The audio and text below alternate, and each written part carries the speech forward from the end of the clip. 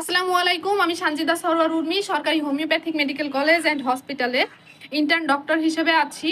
আমি আজকে দাঁত বিষয়ে কিছু কথা বলার জন্য আসছি, কারণ আমি এই 3-4 দিন যাবৎ দেখছি প্রচুর পরিমাণে দাঁত রোগের পেশেন্ট আসছে।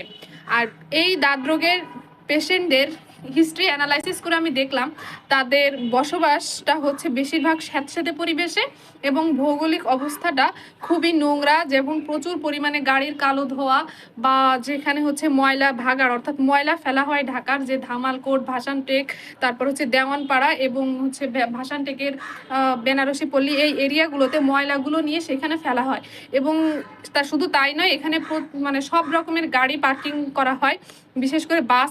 এই যে এগুলো কালো ধোয়া আর হচ্ছে ময়লা থেকে যে দুর্গন্ধ বের হয়, সেইখানকার যে একটা বাতাসের সাথে মিশে দূষিত বাতাসের সৃষ্টি করতেছে, সেখান থেকেই কিন্তু এই বিভিন্ন ধরনের ফাঙ্গাল বলেন, ব্যাকটেরিয়া জনিত বলেন বা ভাইরাস জনিত ইনফেকশনটা বা এর আক্রমণটা বেশি হচ্ছে।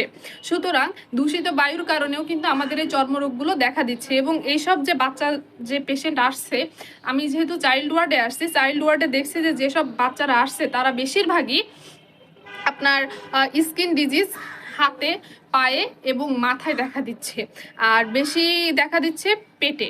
তো এই সমস্যাগুলো আমি অ্যানালাইসিস করে দেখলাম স্কিন ডিজিজে বেশিরভাগই ছিল হচ্ছে রিংওয়ার্ম বা দাঁত রোগ।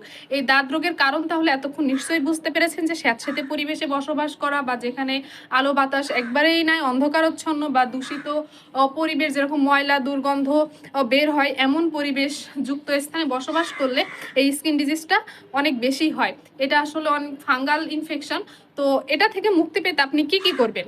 আপনি অবশ্যই যেখানে যে লোকেশনে আপনার পরিবেশটা অনেক ভালো থাকে, এমন দূষণ মুক্ত থাকে, সেই সব পরিবেশে বসবাস করার চেষ্টা করতে হবে। সাথে গরম পানি দিয়ে অবশ্যই আপনার কাপড়টাকে পরিষ্কার করে নিতে হবে, যেন আপনার এই ফাঙ্গাল ইনফেকশনটা না হয়। আর কোনো মলম ব্যবহার করবেন না, কারণ মলম ব্যবহার করলে এই রোগটা হচ্ছে চাপা পড়ে যায়। গরম পানিতে গোসল করার আর চেষ্টা করবেন।